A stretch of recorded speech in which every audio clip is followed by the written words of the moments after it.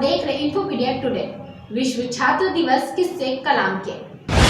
सपने वे नहीं होते जो आपको रात में सोते समय नींद में आए, बल्कि सपने वे होते हैं जो रात में सोने ही ना दे। जी हाँ, इन लाइन से तो आप अब तक समझ ही चुके होंगे कि आज हम किस शख्सियत की बात कर रहे हैं।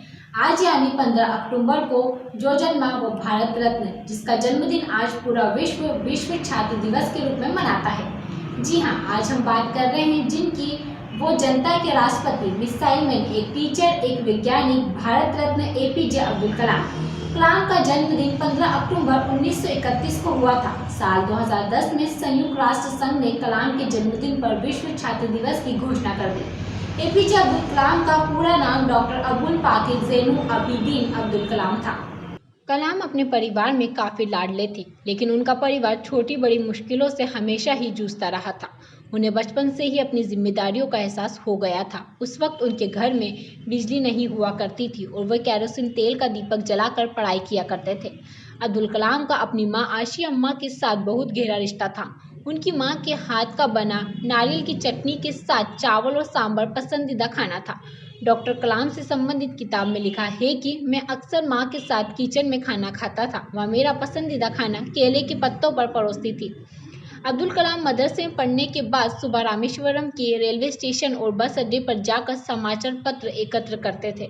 अब्दुल कलाम अखबार लेने के बाद रामेश्वरम शहर की सड़कों पर दौड़ दौड़कर सबसे पहले उसका वितरण करते थे। बचपन में ही आत्मनिर्भर बनने की तरफ उनका यह पहला कदम था।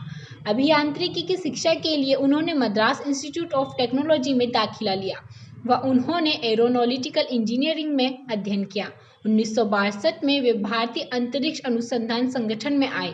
डॉक्टर अब्दुल कलाम को प्रोजेक्ट डायरेक्टर के रूप में भारत का पहला स्वदेशी उपग्रह प्रक्षेपास्त्र बनाने का श्रेय हासिल हुआ।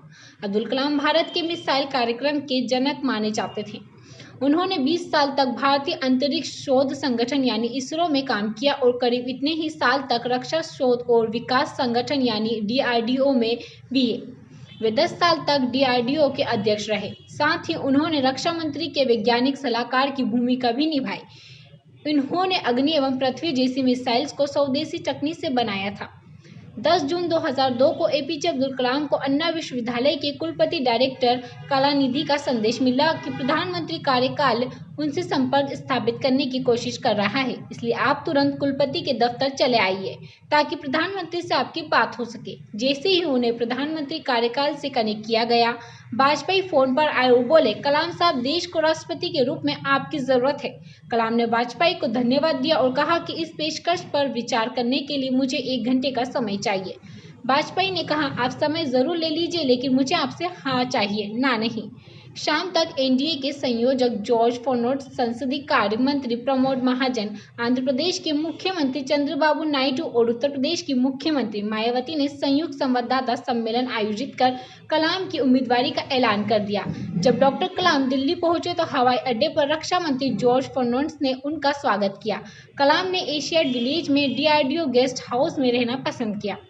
18 जून 2002 को कलाम ने अटल बिहारी वाजपेयी और उनके मंत्रिमंडल सहयोगी का उपस्थिति में अपना नामांकन पत्र दाखिल किया। पर्चा भरते समय वाजपेयी ने उनके साथ मजाक किया कि आप भी मेरी तरह कुंवारे हैं, तो कलाम ने ठहाके के बीच जवाब दिया, प्रधानमंत्री महोदय, मैं न सिर्फ कुंवारा हूं बल्कि ब्रह्मचारी भी हूं। कलाम के राष्ट्रपति बनने के बाद सबसे बड़ी समस्या ये आई कि वो पहनेंगे क्या।